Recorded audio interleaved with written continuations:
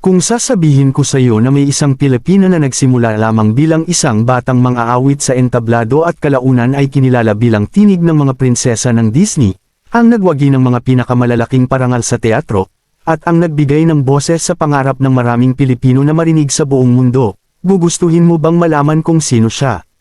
Isang boses na walang kapantay, isang kwento ng dedikasyon at talento, at isang pangalan na hindi kailanman malilimutan.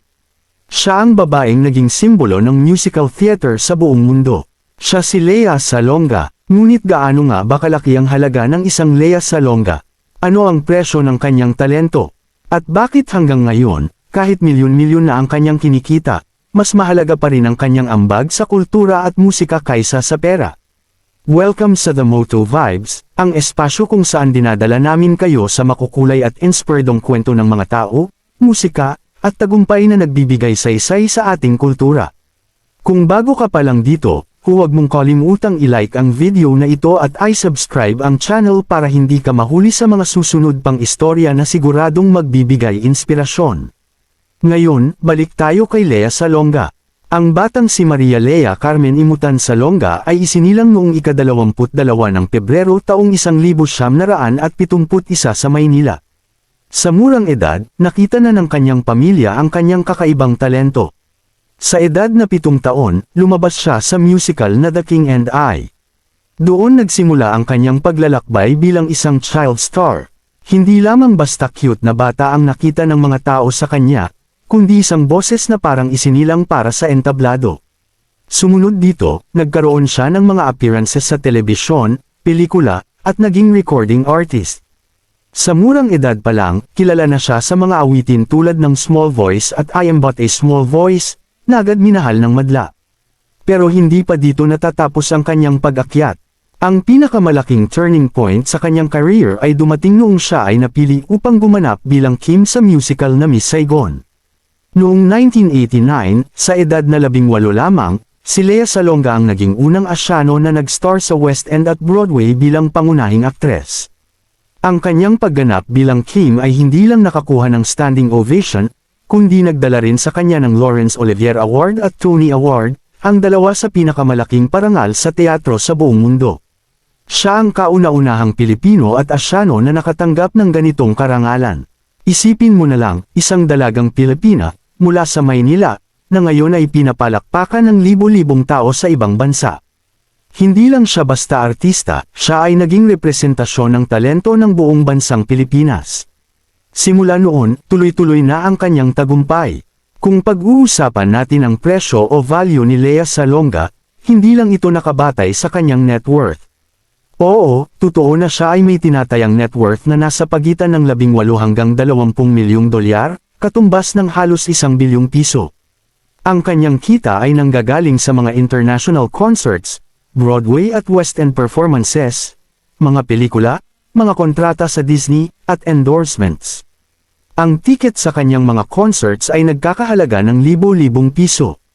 Sa mga espesyal na events at exclusive performances, ang presyo ng ticket ay maaaring umabot sa 10,000 pesos o higit pa depende sa venue at bansa. Pero higit pa sa pera, ang tunay na halaga ni Lea Salonga ay makikita sa kanyang kontribusyon sa sining. Siya ang naging boses ni Princess Jasmine sa Aladdin at ni Mulan sa Mulan. Dalawang iconic na Disney princesses na minahal ng buong mundo, at ang boses nila ay isang Pilipina.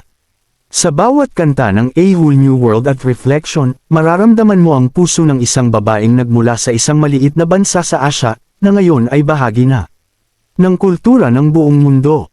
Balikan natin ang kanyang paglalakbay. Matapos ang Miss Saigon, nagpatuloy si Lea sa iba't ibang Broadway productions tulad ng Les Miserables kung saan ginampanan niya si Eponine at Fantine.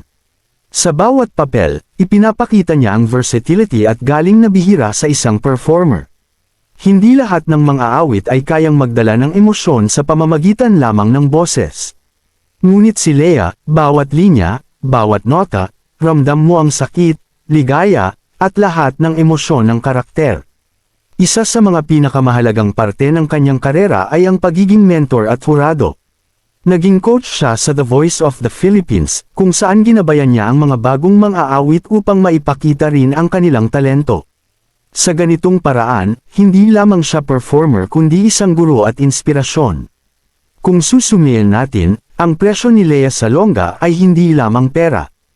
Oo, milyon-milyon ang halaga ng kanyang kontrata, concerts, at projects. Ngunit ang tunay na presyo niya ay nakikita sa inspirasyong ibinigay niya sa mga Pilipino at sa mundo. Isa siyang patunay na kahit maliit ang ating bansa, malaki ang ating ambag sa sining at kultura.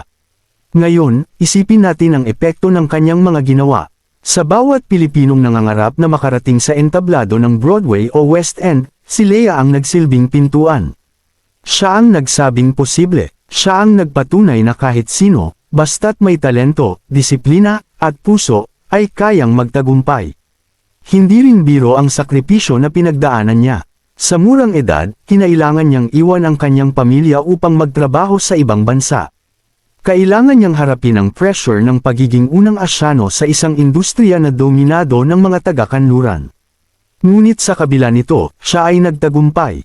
At kung tatanungin mo kung magkano ang presyo ng kanyang boses, masasabi nating priceless. Oo, may equivalent na dolyar, may kontrata, may ticket price. Ngunit ang boses na iyon, ang boses na nagbigay ng buhay kay Kim sa Miss Saigon, kay Jasmine, kay Mulan, ay hindi matutumbasan ng pera. Hanggang ngayon, aktibo pa rin si Lea Salonga. Nagtatour siya sa iba't ibang bansa, kumakanta, at patuloy na nagbibigay inspirasyon. Sa bawat concert niya, hindi lamang mga Pilipino ang naroroon. Mga tao mula sa iba't ibang lahi ang pumupunta upang marinig ang kanyang boses. At kung pag-uusapan ang kanyang legacy, masasabi nating higit pa sa net worth ang kanyang iniwan. Ang kanyang pangalan ay nakaukit na sa kasaysayan ng musical theater at musika sa buong mundo. Siya ay isang simbolo ng galing ng Pilipino. Kung titingnan natin ngayon, si Lea Salonga ay hindi lamang isang mang-aawit. Siya ay isang kwento ng tagumpay. Isang alamat na hanggang ngayon ay buhay at patuloy na nagbibigay inspirasyon. Ang kanyang halaga ay hindi lamang nasa dolyar o pesos. Ang kanyang halaga ay nasa bawat pusong nahipo ng kanyang musika, sa bawat Pilipinong nakakita ng kanyang kwento at nagsabing, kung kaya niya, kaya ko rin. Kaya sa tanong na magkano ang presyo ni Lea Salonga, ang sagot ay simple, hindi matutumbasan ng pera ang halaga ng isang tinig na nagbigay ng pag-asa at inspirasyon sa milyon-milyon. Ang tunay na presyo niya ay nasa kanyang legacy, sa kanyang kontribusyon, at sa pagmamahal ng mga tao. At ito ang kwento ni Lea Salonga, isang Pilipina na pinatunayan sa buong mundo na ang talento ay walang hangganan. Kung sasabihin ko sa iyo na may isang Pilipina na pinahanga ang buong mundo gamit lamang ang kanyang boses, tapos naging simbolo ng talento, disiplina, at ganda ng kulturang Pinoy, gugustuhin mo bang malaman kung paano siya umabot sa ganoong tuktok? Ito ang tinig na kinilalang, Voice of Disney Princesses, isang babaeng mula sa Pilipinas na naging inspirasyon sa buong mundo. Siya ang reyna ng entablado, ang tinig na hindi malilimutan, at ang pangalan na nagmarka sa kasaysayan ng musika at teatro. Ang tanong, magkano nga ba ang halaga ng isang Lea Salonga? At bakit siya itinuturing na isa sa pinakamahalagang artistang Pilipino sa buong mundo? Bago natin tuklasin ang lahat ng ito, welcome muna sa The Moto Vibes, ang lugar kung saan dinadala ka namin sa mga makukulay na kwento ng kasaysayan, musika, at kulturang nagbibigay inspirasyon. Kung bago ka pa lang dito, huwag mong kalimutang i-like ang video na ito at i-subscribe ang channel para hindi ka mahuli sa mga susunod na istorya. Ngayon, balik tayo kay Lea Salonga. Isipin mo ang isang batang babae na nagsimula lamang sa simpleng entablado dito sa Pilipinas, na may pangarap na marinig at mapansin. Sa edad na 7 taon, siya ay nag-perform na sa harap ng madla. Sa murang edad, pinatunayan niyang hindi siya ordinaryong bata, dahil ang boses niya ay tila isinilang para sa mas malalaking entablado. Hindi niya alam noon na dadalhin siya ng tinig niya sa Broadway, sa West End, at sa mga pinakamalalaking entablado sa buong mundo. At sa bawat nota na kanyang kinakanta, hindi lang siya umaawit para sa sarili niya, kundi para sa lahat ng Pilipinong nagnanais na makita at marinig sa global stage. Ang Lea Salonga na kilala natin ngayon ay hindi lamang isang mang-aawit o aktres. Siya ay isang alamat, isang living legend. At gaya ng lahat ng alamat, may presyo rin ang kanyang talento. Sa mga concerts niya, ang presyo ng ticket ay umaabot mula sa 1,000 hanggang 10,000 piso depende sa venue. Sa kanyang kabuuang career, ang net worth niya ay tinatayang nasa milyon-milyong dolyar, katumbas ng daang milyong piso, isang patunay ng halaga ng kanyang kontribusyon sa musika at teatro. Pero hindi ito basta tungkol sa pera. Ang mas mahalaga ay kung paano niya napatunayan na ang isang batang Pilipino mula sa Maynila ay kayang sumikat at kilalanin bilang isa sa pinakamagagaling na tinig sa kasaysayan. Mula dito, simulan natin ang mas malalim na paglalakbay sa kanyang buhay, mula pagkabata, pagsikat, mga pinakamahalagang papel, hanggang sa presyo ng kanyang talento at kung bakit siya nananatiling inspirasyon sa lahat.